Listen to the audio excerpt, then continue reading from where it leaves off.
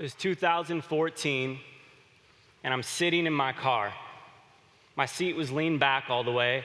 My knees were up on the steering wheel, and I was having one of those what is the meaning of life moments. Anybody been there? And I'm sitting in my car, stressed out, trying to figure out what is my purpose. I had just left a nonprofit, trying to figure out what I want to do, started applying for work. Nobody was getting back to me. And out of all the things that I was stressing about in that moment in that car, there was something else on my mind. My mom hit me up a few months prior, and she says, Bobby, I'm doing it. I'm gonna move across the United States and I'm gonna start my life over. She got stuck in this vicious cycle. She knew she had to get out, so she booked a one-way plane ticket from Oregon to Florida, and all that she took with her was a suitcase with 2 pairs of interview clothes. So she flies over to Florida. She thinks her aunt's gonna take her in. Her aunt doesn't take her in, and she ends up sleeping on beaches and benches. And imagine your own mother on the streets.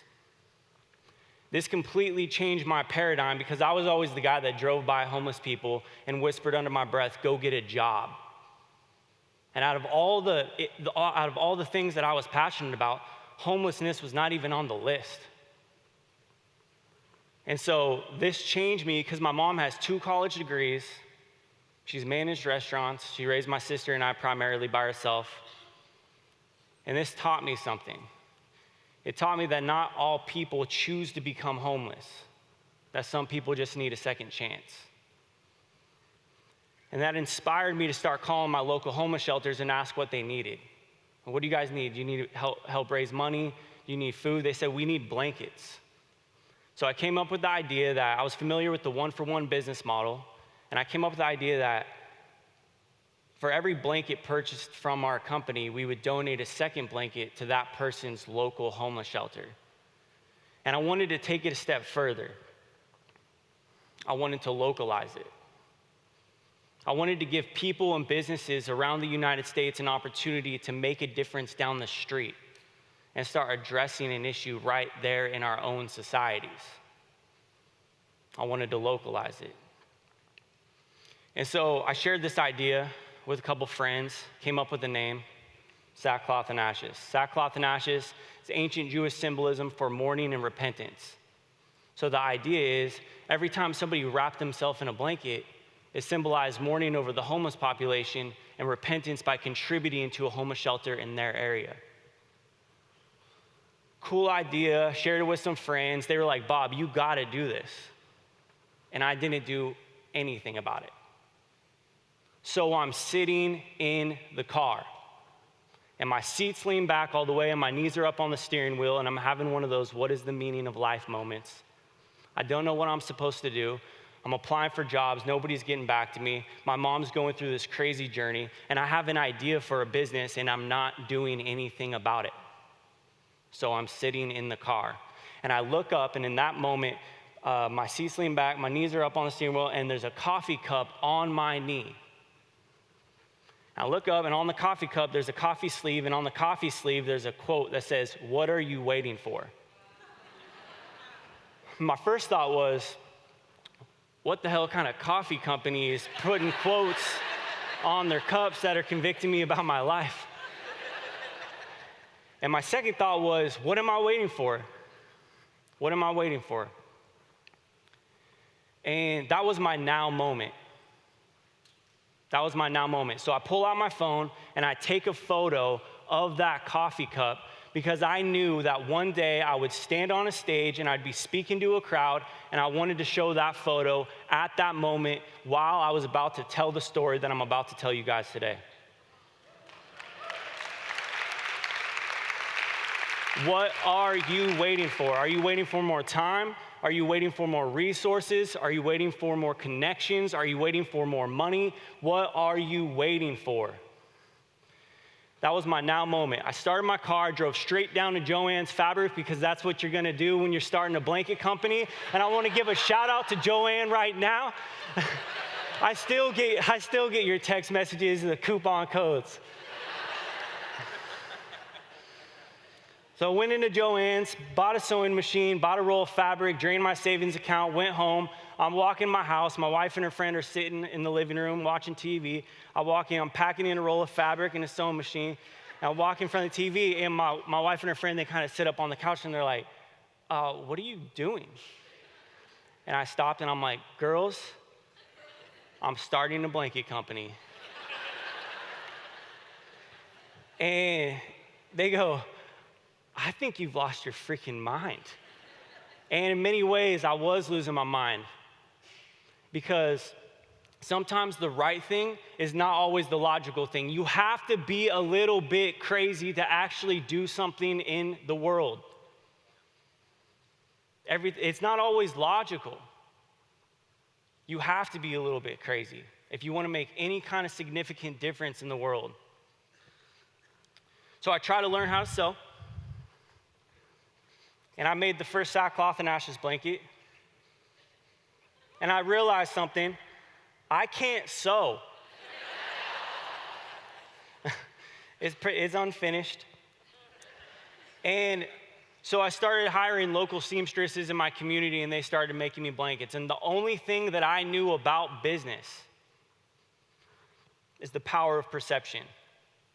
I need to get people to see and hear and become aware of what I am going to do with this company. So the seamstresses started boxing up blankets, threw them in my trunk, and started driving up and down the Oregon coast and walking into shops and being like, hey, this is why you need to buy these blankets over the blankets on your shelf, because every single blanket that you buy from me today, I'm gonna drive straight down to the homeless shelter in your community, and I'm gonna donate the blankets that are in my trunk. And I got into 20 shops in the first month, and you might be like, dang, 20 shops. I got denied by probably about 200. Power of perception. I needed to get shops up on my website the day that it launched. The other thing I needed for my website is high quality photography. So I hired the best photographers in my area that I could find, and they shot the best photography that they could, and the model shot for free because their brother was And on June 1st, 2014, sackclothandashes.com went live. And all I knew was I just need to keep posting. I need to post on Instagram once a day. High quality photography, post on Instagram once a day. That's how I was planning on spreading the word. Didn't know anything about marketing, didn't have any kind of educational background on how to start and launch a company. I just need to post on Instagram. But I'm like, if I'm gonna post on Instagram once a day, I need to have fun content. I need to have crazy content. So I contacted a photographer down in San Diego, and I'm like, hey, I got this crazy idea. I wanna put a living room scene in the ocean. And so shout out to Dalton, because not only did they do the photo shoot for me, they took their own living room furniture and put it in the ocean that day, and we shot our first big photo shoot in the ocean. Post on Instagram once a day. Good quality photography. And 5 months into business, November 2014, Instagram emailed me. They're like, Bob, we love your story. We love your product. We love what you're doing. We want to feature you on Instagram's Instagram account. And at the time, they had about 42 million followers. And I was like, dang, that's cool. Like, how long do I have to prepare? Like, I got to get product in stock and like get ready for this. This is a big deal. And they're like, we're posting about you tomorrow. I'm like, dang. And so Instagram featured us on their Instagram account. And I want to give a thank you to Instagram, because this is the post that I was able to build the rest of our social following and really build our brand over the last 4 years. This post, being announced to the world, gave us an opportunity to work with some of the best photographers in the world. And over the last 4 years, we've worked with some of the best photographers all around the world traveling. And thank you to all of the content creators that have helped us get to the point to where we're at, for sharing the vision, for creating incredible content. And in June 1st, 2018, we launched our first major campaign called Blanket the United States, where our goal is donate 1 million blankets by June 1st, 2024, which is our 10-year anniversary. And the way that we're gonna do this is by partnering with people individually to buy a blanket. If you buy a blanket for yourself, we'll donate a second blanket to your local homeless shelter. So if you live in Atlanta and you buy a blanket, we'll donate a second blanket to a homeless shelter in Atlanta. If you live in Austin, Texas, and you buy a blanket, we'll donate a second blanket to a homeless shelter in Austin, Texas. We donate based on zip code. And we're partnering with businesses to make this happen. So businesses that are giving a quality gift to their customers or to their clients can partner with us as well. They can give a quality gift and make a difference locally. And so I want to give a huge thank you to Capital Subaru in Oregon. They stepped up and they were the first business to believe in this campaign, and they bought 2,500 blankets, and for every Subaru that's purchased, it's gonna come with a sackcloth and ashes blanket, and we're able to donate 2,500 blankets to homeless shelters in Oregon.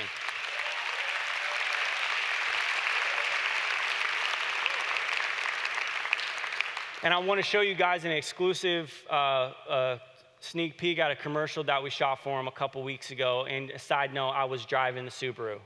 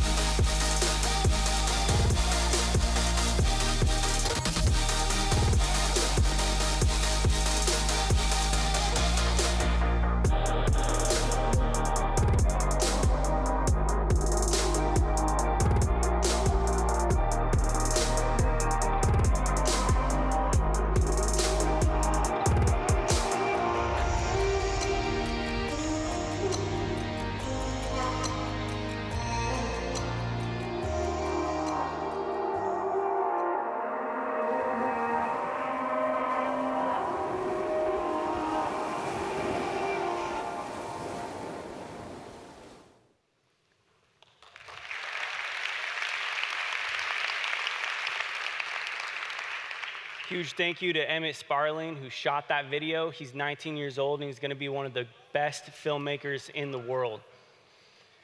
I also wanna say thank you to World Market. World Market was the second business that stepped up big. They bought 5,000 blankets from us, and because of them, we're gonna donate 5,000 blankets to homeless shelters across the state of California.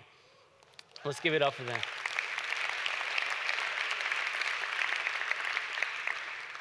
And from October 1st through the end of the year, you can go into any World Market in the United States, and sackcloth and ashes will be right there in the front of the stores. Lastly, I want to thank every single person who has bought a blanket. It's because of you that we've been able to get to the place with where we're at now, and I'm able to speak on stages and actually start sharing the vision and start speaking out on the issue of homelessness in a real way. And now, when I see people on the streets, I don't just drive by. I look at them dead in the eyes and I see them as people, not projects. I see them as people, not objects. I see them as our brothers and our sisters and our fathers and our mothers. You see, my mother has taught me that not all people choose to become homeless, that some just need a second chance and some just need a helping hand, and they all at least deserve a glance from us to see that they exist, that they are real people with real stories, that they're not just statistics that are spit out from the churches and the government. You see, my mother is a hardworking woman.